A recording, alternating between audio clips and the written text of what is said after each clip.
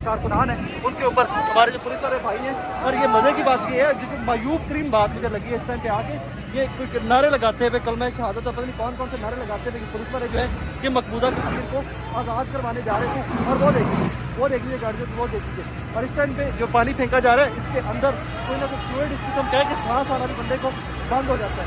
ये मनाजिर है इसका। वो देखिए वो वैने तोड़ना स्टार्ट कर दी पुलिस वालों ने। वो जो वो वैन तोड़ना स्टार्ट कर दिए।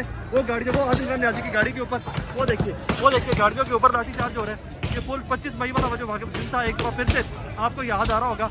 ये देख लीजिए सर साइड पे है, बिल्कुल हम लोग साइड पे अपना काम कर रहे हैं। ये देख लीजिए जी इस टाइम पे, ये देख लीजिए वो तमाम गाड़ियाँ जो थी उनके ऊपर इस टाइम पे और लाठीचार्ज किया जा रहा है। गाड़ियाँ तोड़ दी गई हैं, तमाम गाड़ियाँ जो इस टाइम के ऊपर यहाँ खड़ी हुई थी मॉल रोड के ऊपर। ये तमाम की तमाम गाड़ियों को पुलिस वाले एसपी साहबान, डीएसपी साहबान अपनी